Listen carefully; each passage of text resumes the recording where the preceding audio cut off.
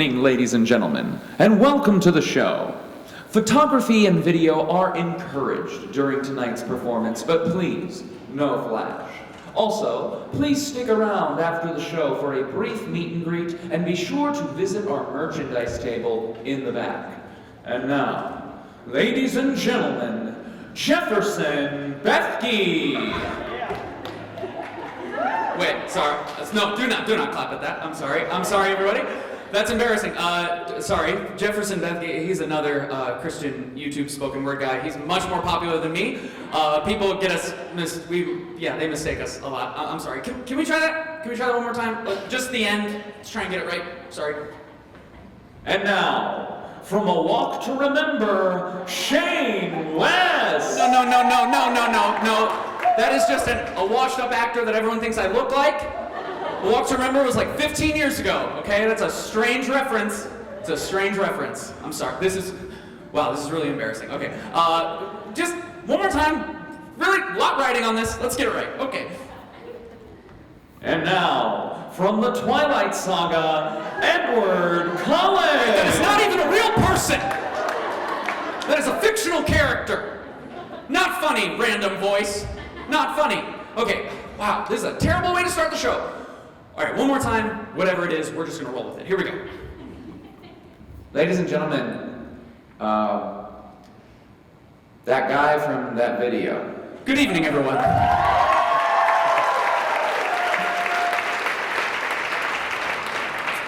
Welcome to the show. How are you guys doing tonight? Good. Well, my name is John. For those of you who don't know, clearly the announcer doesn't. My name is John, and I want to tell you all a story tonight. Do you mind if I tell you a story? Good, because I have nothing else planned. Would have been really awkward if you had said no, people. So I used to live in Jersey City, New Jersey, which, yes, some Jersey people in the house.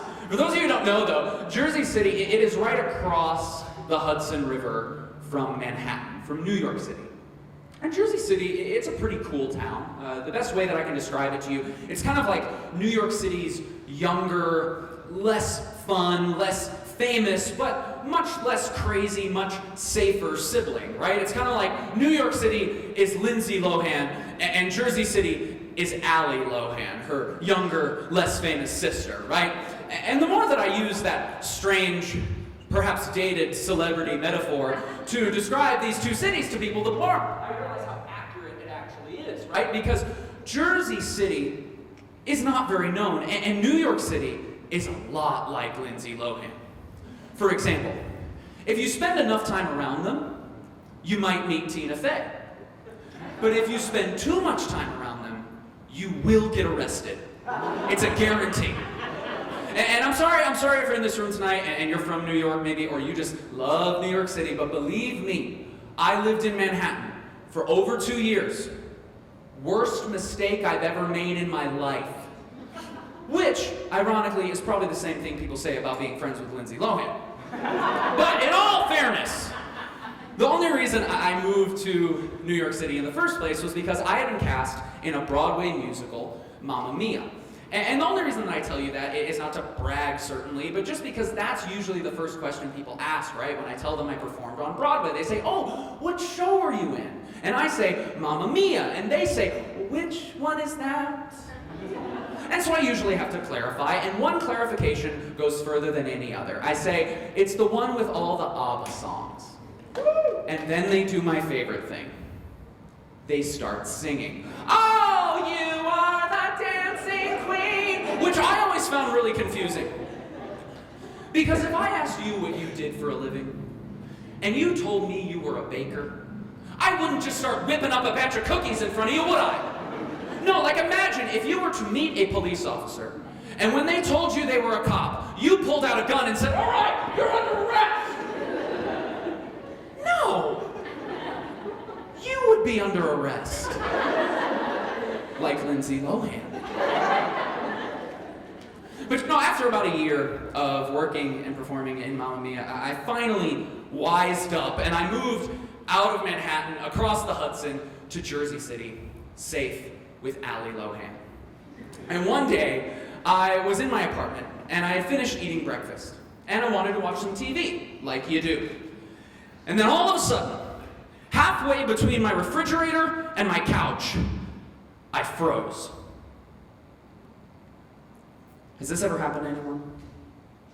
You ever have one of those moments in life where you know that if you take a step forward, then you have to keep living life the way it is, and the very thought of that life continuing is so unbearable that you just resolve to stay still? You ever freeze? You ever hit a wall in life and you can't see anything, but you just know there is something standing between you right now and the future better you, and you can't see it, but you know that there's a wall there, and it's like written across that wall in big white letters is the thing that is blocking you. It says in big letters, anxiety, depression, resident of New York City, whatever. I want to share a few poems with you all tonight, and the first piece that I want to share with you, this is called, What Are You Afraid Of? I used to be afraid at night, afraid of the dark, afraid that just beyond the point my eyesight allowed me to see that there was something lurking, afraid that the darkness itself would somehow surround me and swallow me up, as if darkness were anything more than simply the absence of light. I used to be afraid of tomorrow, afraid that who I was would continually dictate who I am, and that who I would be might be someone I didn't like very much at all, as if there was no such thing as being made new. I used to be afraid of opinions, afraid that the words would not break my bones, they certainly would shatter my dreams, as if I started doing this for the approval of many rather than the glory of one. I used to be afraid of failure, afraid of losing, afraid of falling, afraid of being wrong, creating busts, and looking absolutely stupid, because who am I to think that I could ever actually make a difference? As if those setbacks were anything more than stepping stones on the path to success. I used to be afraid. Used to. But then I did a little research. And by that, I mean I researched and I researched and I researched over and over again. And through all of my researching, I kept coming up with the same exact question. What room does fear have? What room does fear have when I cling to trust? What room does fear have when I lean on hope? What room does fear have when I search for something more? When I discover what's good and when I stand in awe? When I run with perseverance? When I walk by faith and when I rest in comfort? What room does fear have when I sing with praise?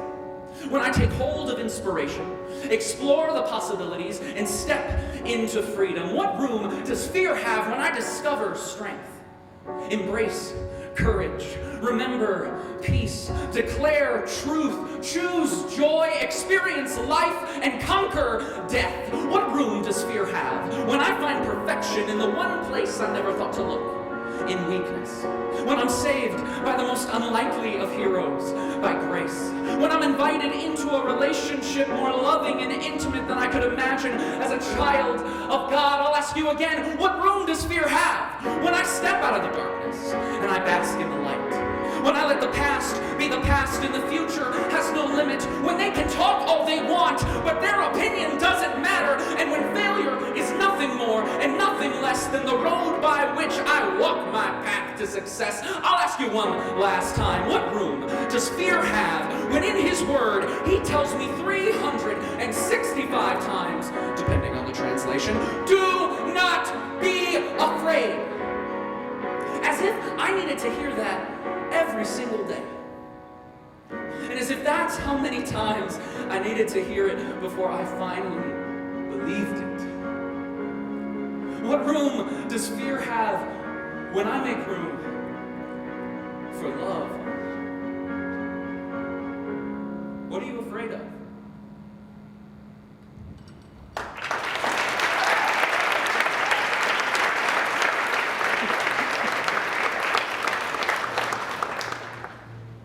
I'm standing, frozen in my living room, right? And to be honest with you, I'm not really sure how long I was standing there. I was sort of in this like haze, I was in this fog. It could have been 5 seconds, it could have been 5 minutes. All I know is that as soon as my wife came out of our bedroom and saw me standing there, she completely freaked out.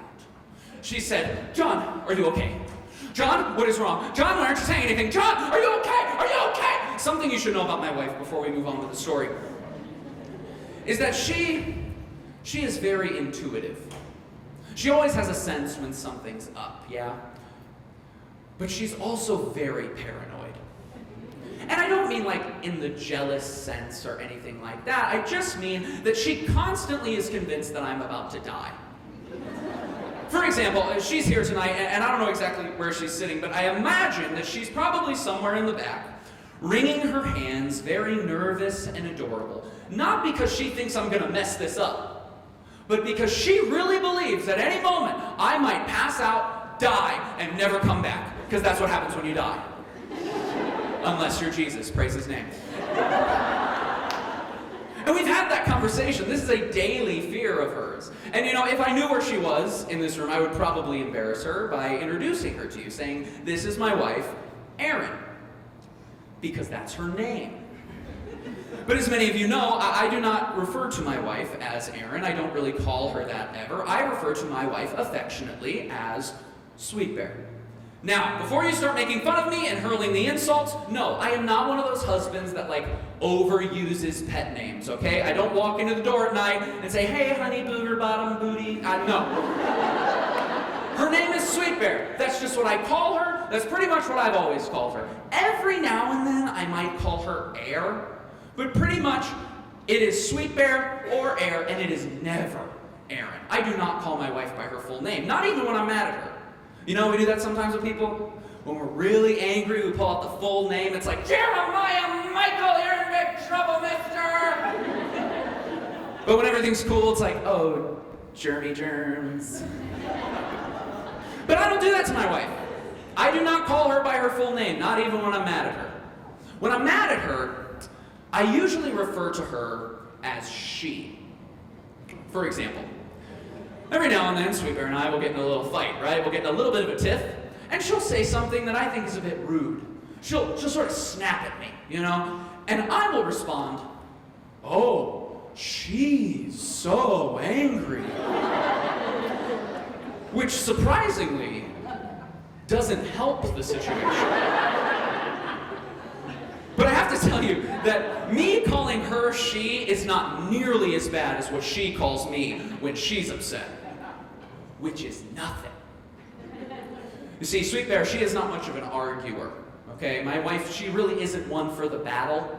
She's more of a like, sit still and starve out the enemy kind of general, and she is world class at it, people. And I have to tell you, whenever Sweet Bear is giving me one of these silent treatments, I get really annoyed. I just get so angry, and I'm like, "Oh, she's ignoring me," which again, surprisingly doesn't help the situation. But you know, to be fair, my wife, she has always been an incredible source of wisdom in my life, even before we got married.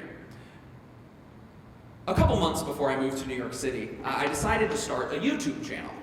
I just wanted a place where I could share my thoughts, and specifically my poetry, with the world. And so I thought, I know, I'll post them on the internet, where strangers can anonymously leave their opinions. And not only that, but all of these opinions will be hand-delivered to my email inbox in real time for my reading pleasure. Sounds super healthy, Jon. But what you have to understand about my journey on YouTube, right, is it has been a bit of an anomaly.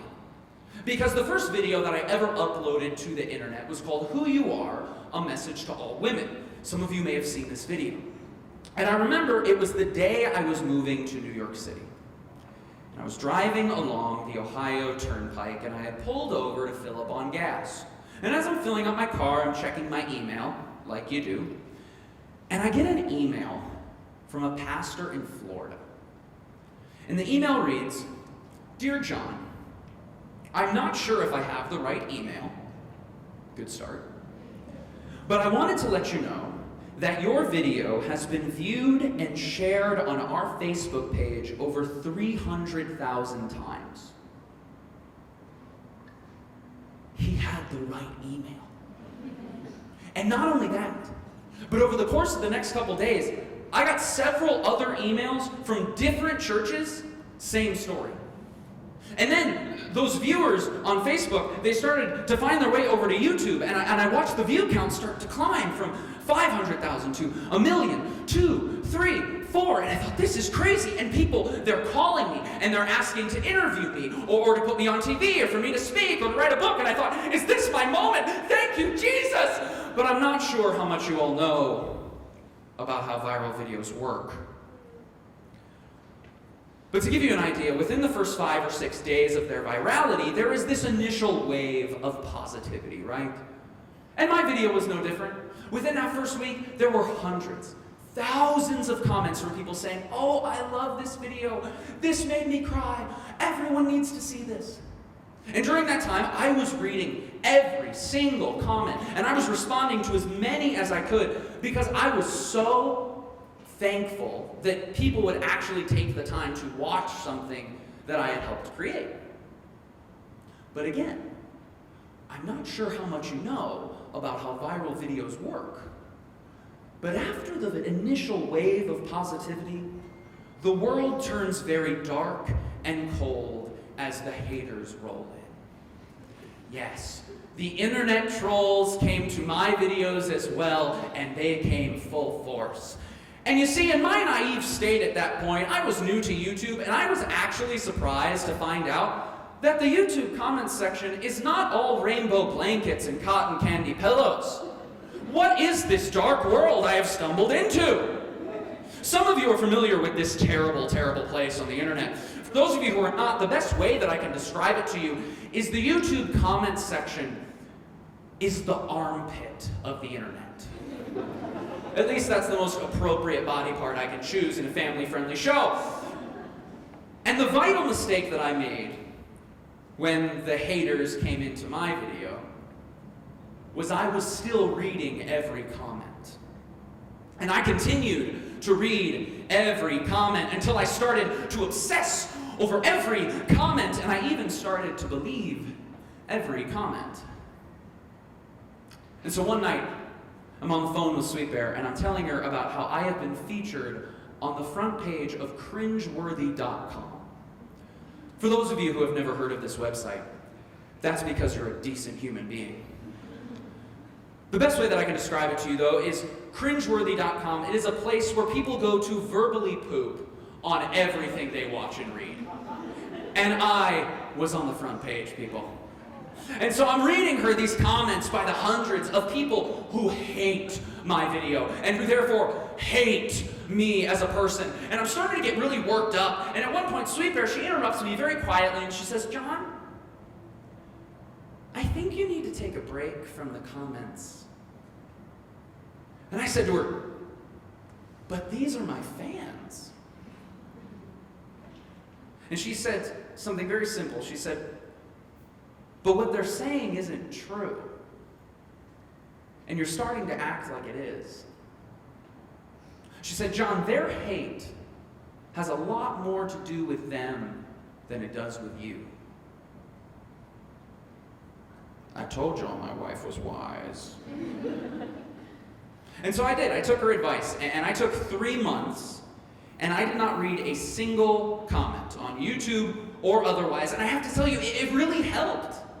I started to get to this point, right, where I could separate myself from the work that I was creating. And just because someone didn't like my video didn't mean that I was any less important or valuable as a person, right?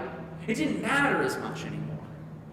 Because, you know, the internet, it can be a really dark place sometimes, can't it? Because it's really easy for us nowadays to just kind of sit behind a screen and anonymously spew our opinions without thinking of the implications that our words have on someone, a real person, on the other side of the screen. And that can be really dangerous. And I don't think there's a single person in this room who has not experienced that in one way or another. But to be totally honest with you, most of the sort of negativity I receive on my channel today, it's not that, like, blind internet hatred that you would imagine that I faced in the beginning. Most of the criticism or rude comments that I receive nowadays actually come from other Christians.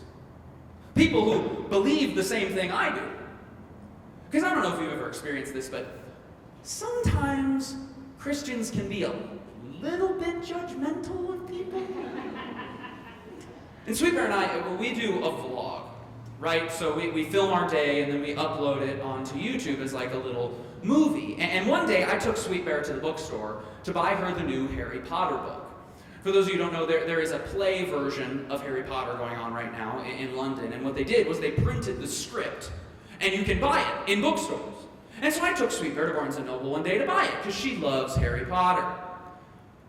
The mistake we made, friends, was in sharing our trip to the bookstore to buy a book mainly based in witchcraft and sorcery with a mainly conservative evangelical audience. Let me tell you, the reaction to that video, it was like we were doing an advertisement for childhood use of cocaine. People tore us apart. And please, this is regardless of your personal opinions and beliefs on Harry Potter. I respect that. I am not trying to start a theological debate over the boy who lived here, okay? All I'm saying is this story is a little bit sickening. Because at one point in that vlog, Sweet Bear, she's holding up the book to her face, and she's smiling because she's excited. And a person with the YouTube name, Always Serving, I think it's safe to assume this person is a born-again Christian. Maybe they have the spiritual gift of helps. Regardless, Always Serving commented, and I quote, "Wow, I sure hope she holds her Bible with such regard. ...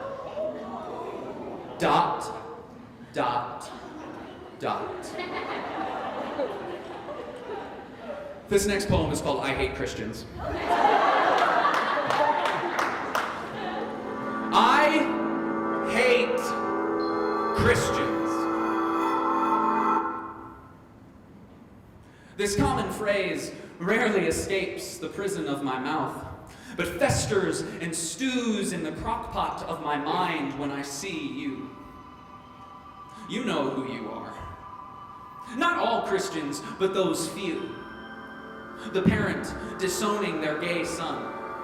The pastor blaming school shootings on the unrepentant sin of their congregation. The seminary student using his budding Bible knowledge to bully the seeking soul who now, thanks to you, feels they have no place with God. And every time I see you, I find myself scurrying, hurriedly reassuring, I'm not that type of Christian. The stereotype. Turned up way too loud, and I can't find the off switch for your hate. I can't turn down your judgment, and I swear if I play it backwards, I'll hear your hypocrisy speaking clearly. I merely want to tear off the label altogether. Just call me a friend of Christ, a believer, a spiritual person. Anything to get away from an association with a nation of denominations without coordination, lack of integration, and substantiation. But where is your grace? Who's the last face you looked into and simply said, it's okay? But your Facebook debate is more important, right? What will the world do if they don't hear from you on how I can't vote Democrat and still be a believer? Oh, blaming deceiver, bearing a name that you profane with every Samaritan you step over. Oh, Pharisee, blind to see the least of these, and you and me profess to believe the same thing. We married the same dude. We wear the same ring. And so, friend, brother, sister, wife, I take back what I said before. I do not hate you. Not because I don't feel it, but because that doesn't help anything or anyone. Don't hate the believer. Hate the judgment. Hate the distortion. Hate the foolishness, but I do not hate you. I love you. And I wish we could talk about that word. Maybe agree on what it means and what it looks like for both of us to act on it. I see you. And we need you.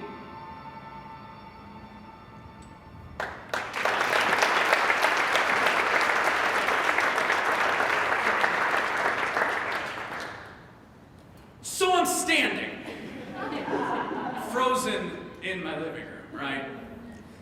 And at this point, I know it's been a while. Like at this point, even through my haze, I know it's been a couple minutes, because now Sweet Bear is freaking out to the point where she's actually starting to get mad at me. Which, for the record, I thought was a little unfair. I'm the one having an existential crisis here, lady. Like, she's not being very sensitive. But you know what, to be honest with you, part of me was actually really happy that she was upset, because I knew that as long as she was mad at me, then she wouldn't touch me. And I knew that in my fragile state at that moment, if she touched me, then I would just break apart. And I would tell her the thing that I was so afraid to say. After my first couple of videos kind of went viral, I started to grow an audience on YouTube really quickly. And after a few years, I just wasn't satisfied with simply making videos anymore. I wanted a way that I could connect in person with the people who had been watching and supporting me over the years. And so I got this idea to go on a US tour, which essentially consisted of me and Sweet Bear driving in a car 11,000 miles over the course of 30 days to 17 cities 3 months after we got married. Otherwise known as nuptial suicide. But you have to understand that this was really important to me, right? I really felt led to go on this tour. And my wife, she has always been so amazing to support me in most of my crazy endeavors. And I remember getting ready for my first show on that tour. I had rented out this tiny 60-seat black box theater in the middle of New Jersey, right? And I had paid like $100 to rent it out for the night. And in the months leading up to this show, I am inviting anyone and everyone in the world. I'm posting about it online and just saying, please come to my show. It would be amazing. Please come to my show. I'm inviting all my friends who live in New York City, because it's only a half-hour train ride away, and it's a free show, so I know they can afford it. And I'm like, guys, please, it would mean so much to me. Please come to my show. Come to my show. I'm going up to strangers on the street, and I'm like, come to my show. And they're like, police! And then on the night of the show, right, I show up, Sweet Bear and I, we show up 4 hours early, and we set up all the chairs. We set up a merchandise table. We're so excited. And then an hour before the show is supposed to start, the first audience member walked in. And I thought to myself, we have a line. Like, they're banging down the doors for this like it's the new Harry Potter book, baby. And then, half an hour before the show, right, there are 3 people waiting, and I am so excited. I'm so ready for this. And then 10 minutes before the show is supposed to start, I look out, and there's only 5 people sitting in the audience.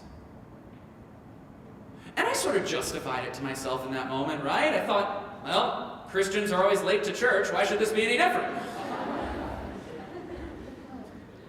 The show started at 7 p.m. By 7:10, 8 people were sitting in the audience, including my wife, my best friend, and the girl working at the theater. To clarify for you, I paid her $100 to come and see a free show. And she didn't even stay the whole time. And you know, I would love to tell you that in that moment, I thought to myself, wow, 8 people want to hear what I have to say. I am so humbled.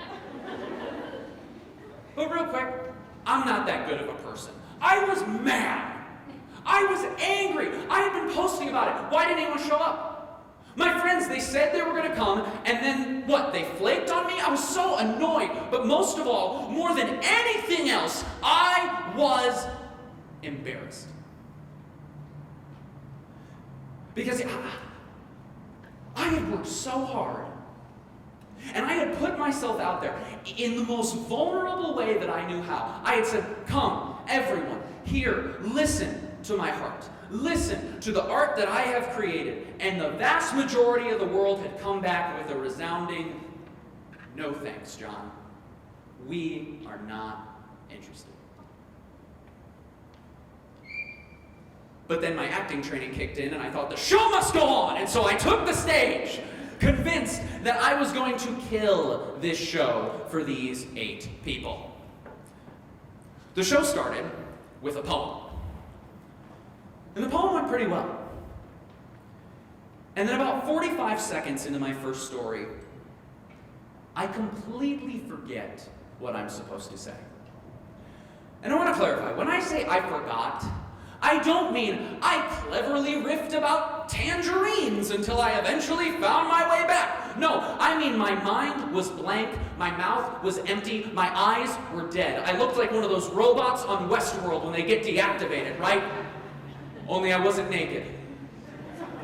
But I felt naked. And I remember I was looking and I found Sweet Bear in the audience. She wasn't very hard to find. And I said, Sweet Bear, please, what comes next?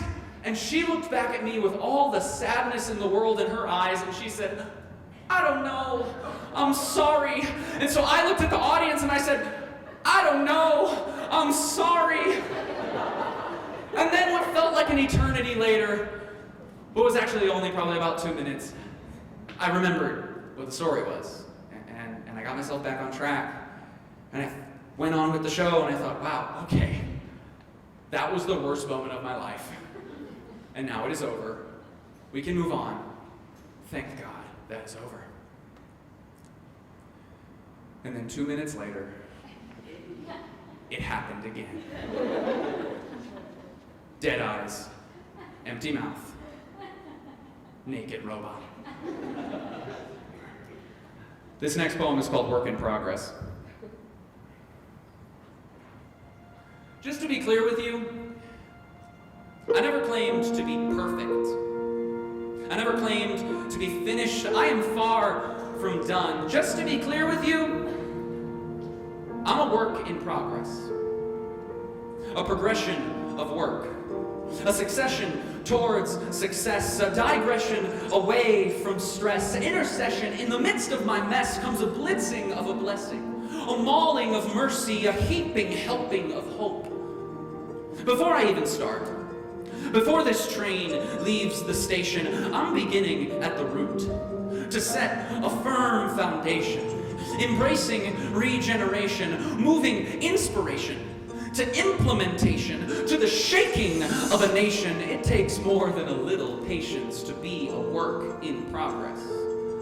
Piece by piece, elbow grease, a life on lease. My growth will never cease, and I'll decrease, so he may increase and unleash his peace in me in progress. Everybody wants the work to be done quickly.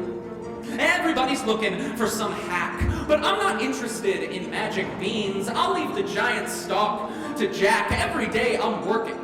Every day I'm walking.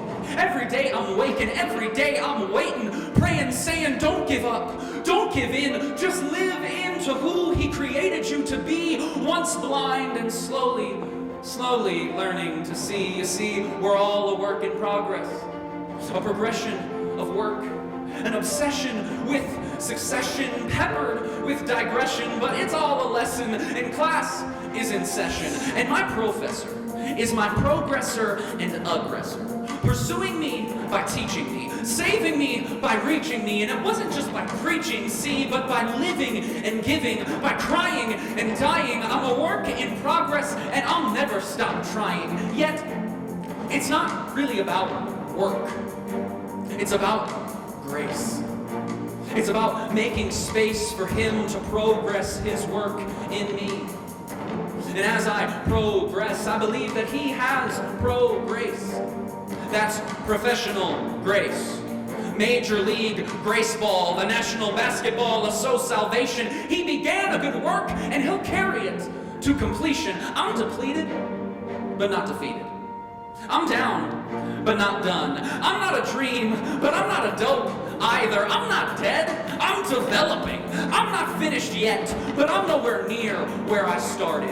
That old self I knew, he and I have parted. We're no longer related, and I am elated that he has faded because that guy was overrated. And I'm not saying I'm much better, but I'm a work in progress. A construction zone, a roaming phone, a child, not yet fully grown, but I am slowly being shown the way by the one who calls me his own. Less in love with myself, I lay my life down, progressing to inheritance, to inherit the crown, and I'm not quitting. I'm getting ever closer. And I may never fully reach it, but that's no excuse not to seek it. And I'm not just gonna speak it, I'm gonna live it. I'll walk the walk. I'll walk the work. Just want to be clear with you all one final time. I'm a work in progress.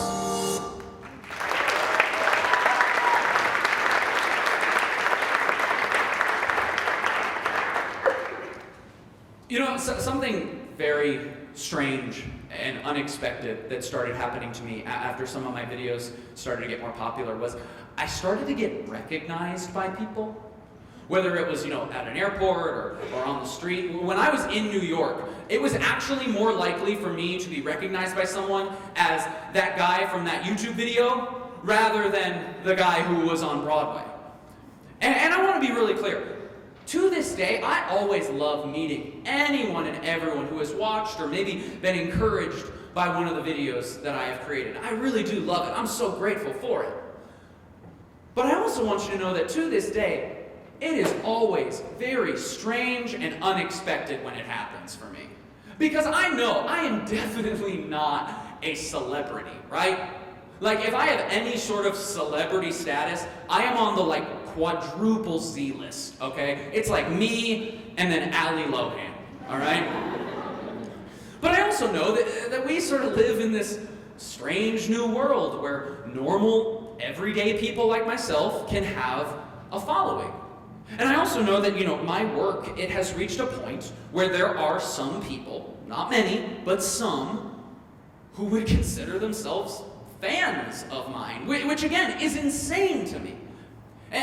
And some of these encounters that I have had over the years, y'all, they have been absolutely mind-blowing.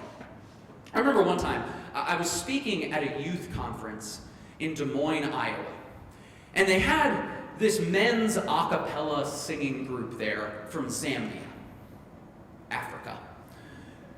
And I'm talking with one of the singers on the final day, and he says to me, he says, "Jon, I was trying to recall where I knew you from." And I'm sitting there thinking, nowhere! You're from Zambia! But then he said to me, he said, "When I heard you speak last night, I remembered that I saw your video about women last year." I'm sorry. You mean in Zambia? What? That's crazy, right? Another time, Sweet Bear and I, we were on our honeymoon. And we took our honeymoon in Turks and Caicos, which is this tiny island in the Caribbean. And if you ask my wife what her favorite part of our honeymoon was, to this day, Sweet Bear will tell you that her favorite part of that trip was the breakfast bar. Let me tell you, it was this really fancy type of buffet where they just had everything you could ever want. And so Sweet Bear and I ate everything we could ever want. And they had this omelet made to order station, right? Where you tell them what you want in your omelet and they make it right there in front of you. And so one morning, I'm up ordering my omelet, extra onions, don't judge me. And the woman behind the counter, she's staring at me like a really long time while she's making this omelet. And then she says, she goes, I'm sorry, excuse me. She doesn't speak English very well, but she says, "You were in a video?" And I said, "Maybe?" Like, you never want to assume, right? She could think I'm Edward Cullen from the Twilight movies. It wouldn't be the first time. And so I said, "Maybe?" And her face lit up. She got so excited and started jumping up and down, throwing the omelet everywhere. And she started screaming. She goes, yes, for the ladies. You make a video for the ladies. And I got so excited that I just screamed, yes, I do it for the ladies. Which is weird.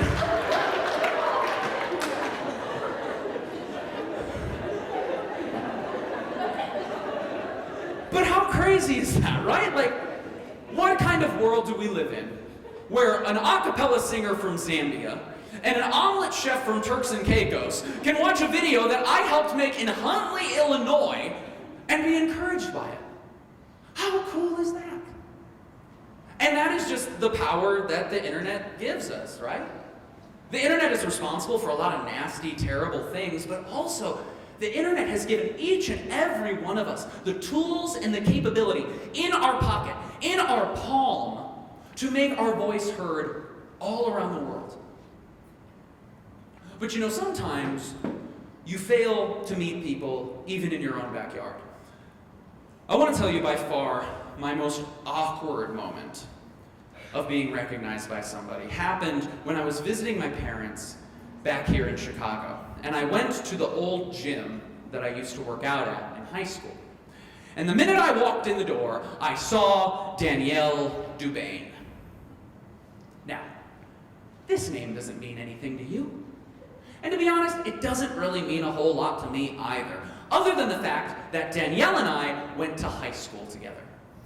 And I want to clarify, when I say we went to high school, we weren't friends necessarily. Sure, we talked several, maybe even many times. We had a few classes together. For the most part, though, we just sort of peacefully coexisted in two different friend circles, like you do. But regardless, as soon as I walked in the door, our eyes locked, and I knew this is going to be awkward. Because Danielle and I haven't seen each other in 6 years at this point. And we hardly even knew each other back then. And so, what did I do? Well, I do what anyone would do when you run into a former acquaintance in public.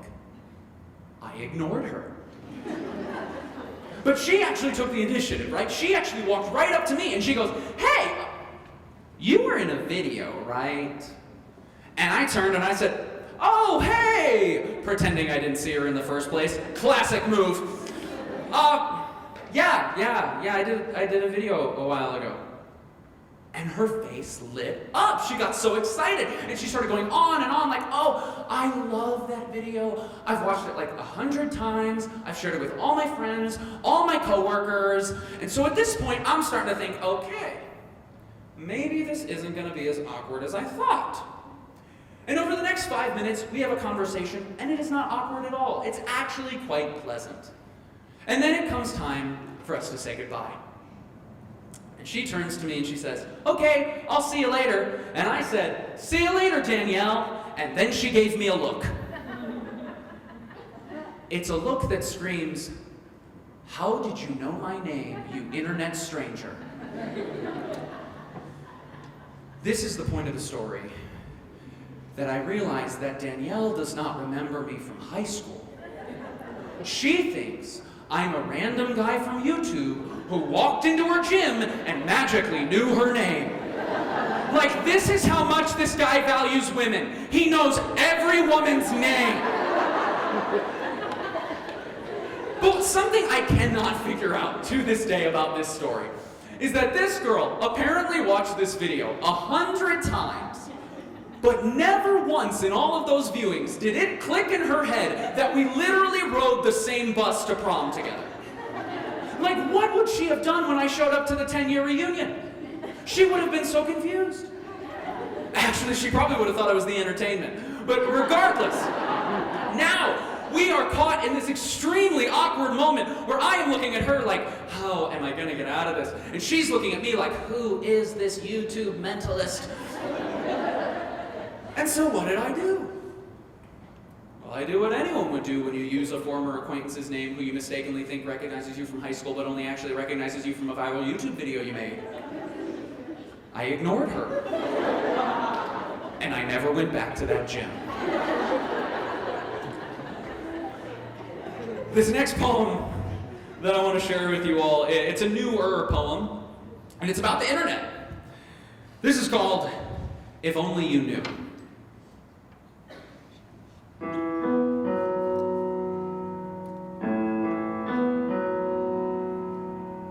You're that guy from that thing. Maybe I just have one of those faces. Or maybe you have one of those devices. Maybe I'm one of your vices, and perhaps your attention entices me. I'm taller than you think, because everyone is definitely bigger than an iPhone screen and probably smaller than the idea you have of them in your head. Greater than a thumbnail, but perhaps less than your expectations. The homepage is our new home base, where real estate battles are fought by cellophane celebrities perched on papier-mâché pedestals, caged behind screens, involuntary carceration, self-made spectacles, surviving on the sustenance of subscribers and the fascination of followers. But if only you knew. If only you knew we're not so different from you. If only you knew who among us doesn't lose their temper. Who among us hasn't just had a bad day? Who doesn't want to use the snooze button for a minute, or an hour, or forever? If only you knew that what you feel is what we feel too. What you do is what I do. If only you knew that I fight with my wife and rarely am right. If only you knew that I don't call my mother as often as I should. If only you knew that I forgot to get my sister a birthday present last year. For me, most days are held together with scotch tape, spit, and paper clips, a loose leaf life that I can't seem to keep in order as my to-do list gets longer and my temper gets shorter. If only you knew that I get in moods. I get mad too. I get sad too. I use glad to clean up the mess when I yet again carelessly spill my thoughts, forgetting to hold the cup of inspiration with two hands. If only you knew I'm actually introverted. If only the fans knew that they have the power to blow my disposition every which way. If only the haters knew that most days I don't like my poetry either.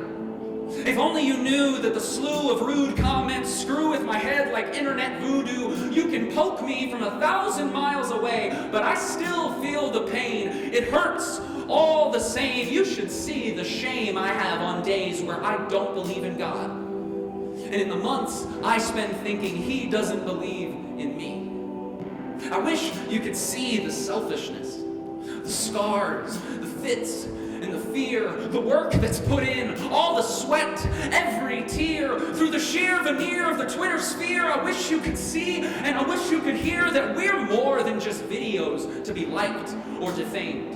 And you're more than a viewer just to be entertained. More than a generation existing to be blamed. More than 21st century cattle, unaware we're being trained to argue and to be far too judgmental of everything we view. If only you knew that we are you and you are we too. If only you knew what I was trying to say. And if only I knew how to explain this whole weird thing. If only you knew that I'm confused too. How to live in this brave new world? If only we knew.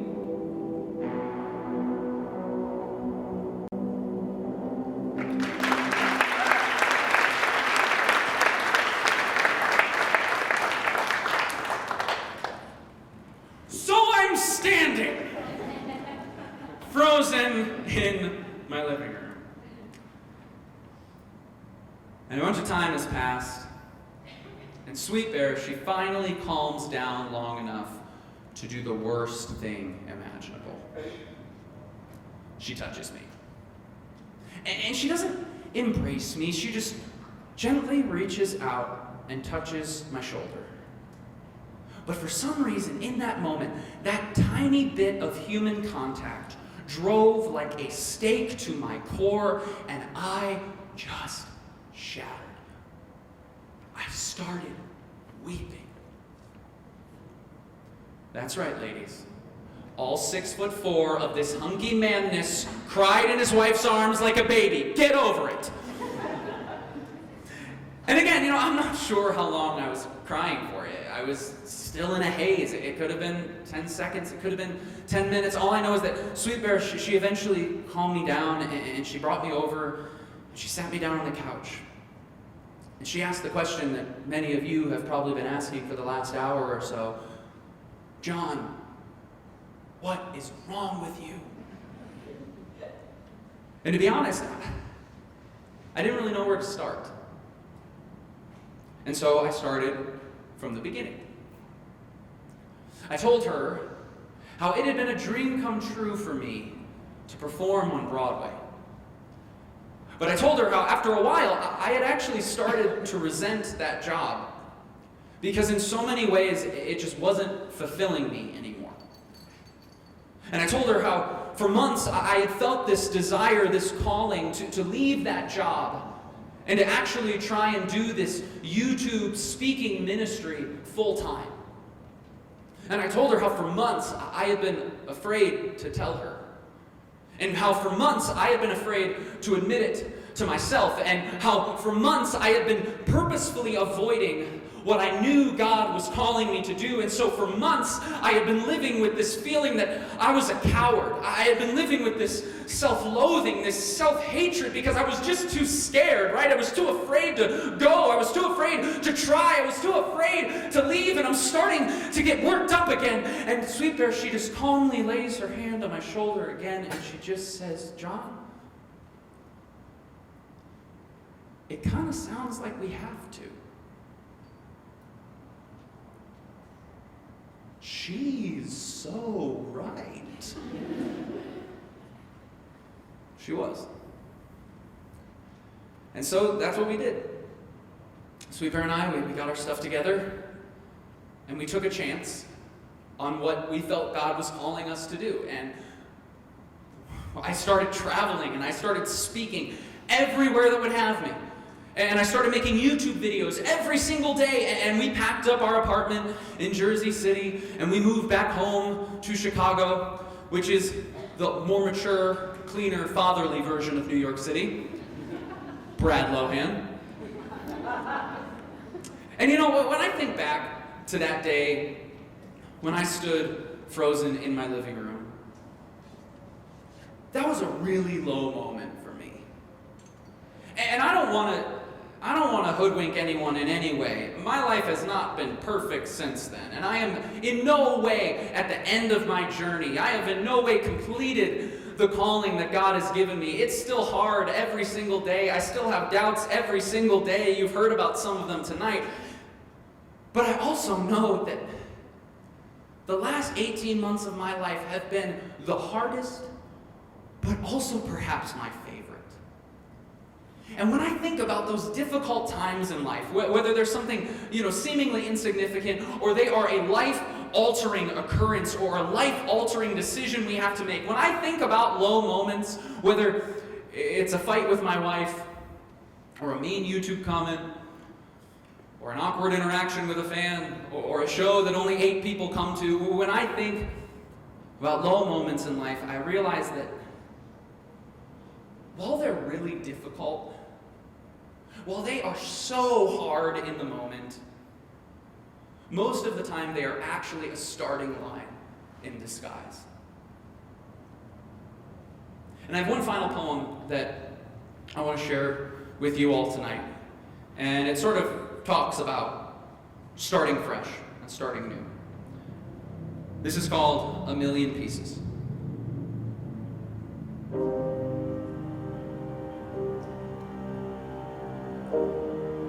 I am broken, damaged, shattered, and crumbled to a million pieces. What started as a small crack in my windshield was never quite taken care of, and so it split and splintered and snapped until the whole thing exploded in my face, leaving me quite blind to see where I was going. How do you build yourself back up when every piece of who you are has been broken into a million pieces? When the pit would be a paradise compared to my present pain? When lifetimes of crying couldn't clean up this stain?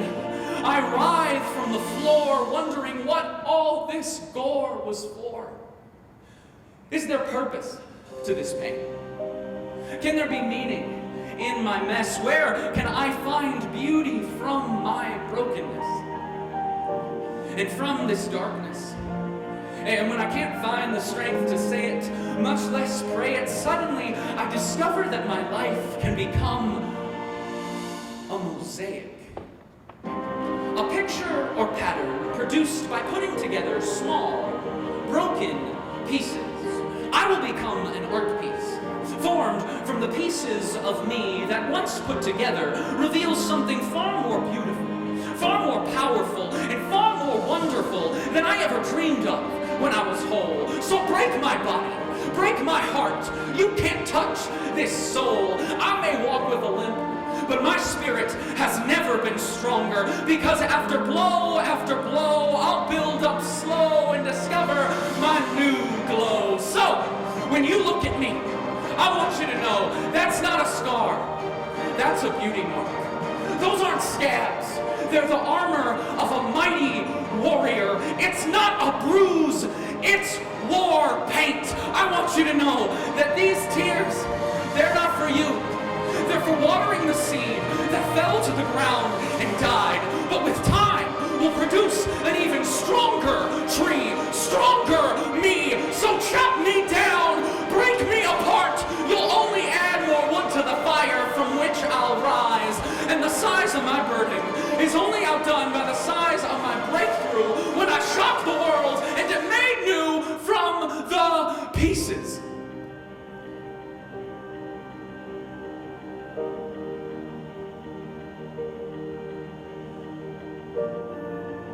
A million pieces.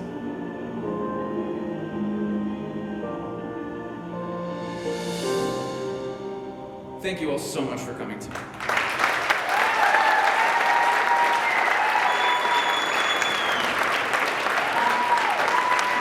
Thank you.